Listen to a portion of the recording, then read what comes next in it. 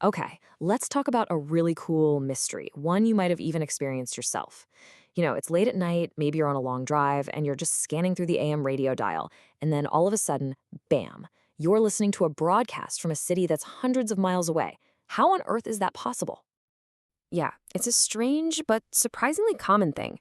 During the day, that exact same spot on the dial is probably just static. But after the sun goes down, that distant station can come in crystal clear. So today, we're going to pull back the curtain on this amazing atmospheric magic trick. It's all about the science of radio waves and our own planet. All right, so to really crack this case, we first have to get a handle on the language of radio. It all boils down to the basic, fundamental properties of the waves themselves. So think of frequency and wavelength as two sides of the very same coin. They're totally linked by one constant, the speed of light. If you know one, you automatically know the other. So a high frequency means you've got lots and lots of waves packed really close together, which means each individual wave has to have a short wavelength.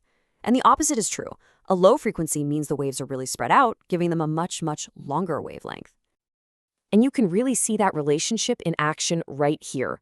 A wave that's only 1 or 2 meters long has a crazy high frequency. We're talking hundreds of megahertz. This is the world of your local FM radio and TV stations, VHF, or very high frequency waves. But that's not where our mystery station lives. And right here, this is our first huge clue. AM radio waves are a completely different animal. Instead of being just a few meters long, their wavelengths can be hundreds of meters long. This massive difference in size is absolutely key to understanding why they act so differently in our atmosphere. So let's see how this all connects. You see, the next piece of our puzzle isn't on the ground at all. Nope, it's way, way up above our heads. A huge, invisible layer in the atmosphere that basically acts like a giant mirror in the sky.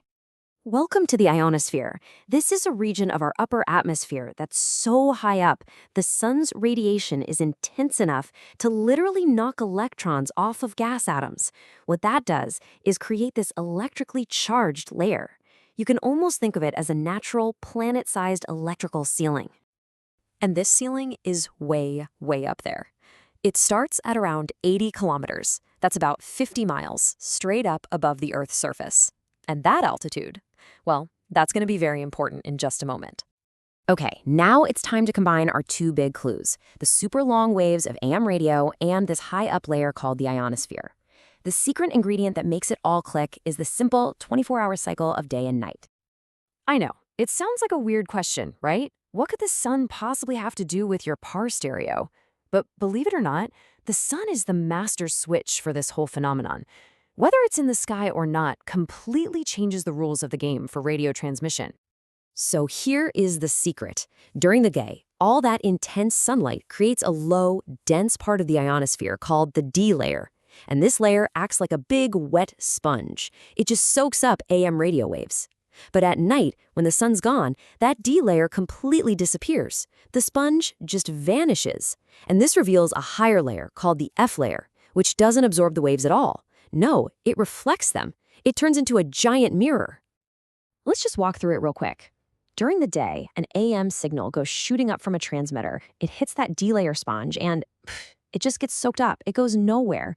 The only reason you can hear the station at all is because of its ground wave, which kind of hugs the curve of the Earth, but only for a pretty short distance. But now, look what happens at night. That exact same AM signal travels upward, but this time, there's no sponge to stop it. It sails right past where the D layer used to be, keeps going all the way up to that higher F layer, and then bounce!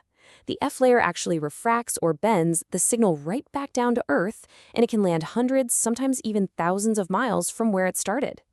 So, you see, it's not the radio station that changes at night. It's our own planet.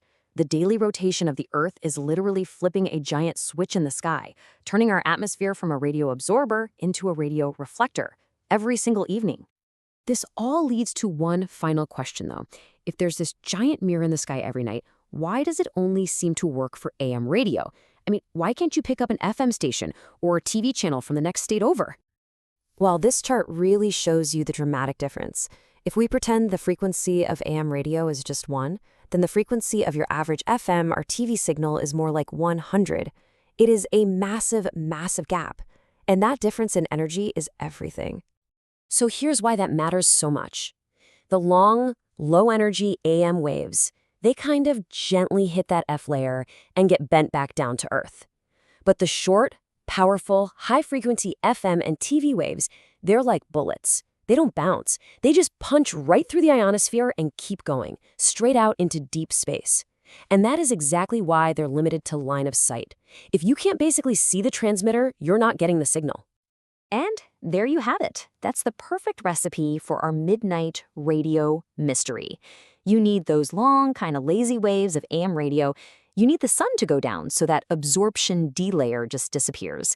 And you need that reflective F layer way up high to act like a cosmic mirror, bouncing the signal back down to your radio. It really makes you think, doesn't it?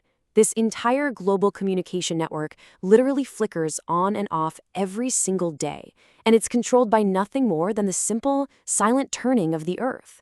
What else is happening right above our heads, changing with the rising and setting of the sun?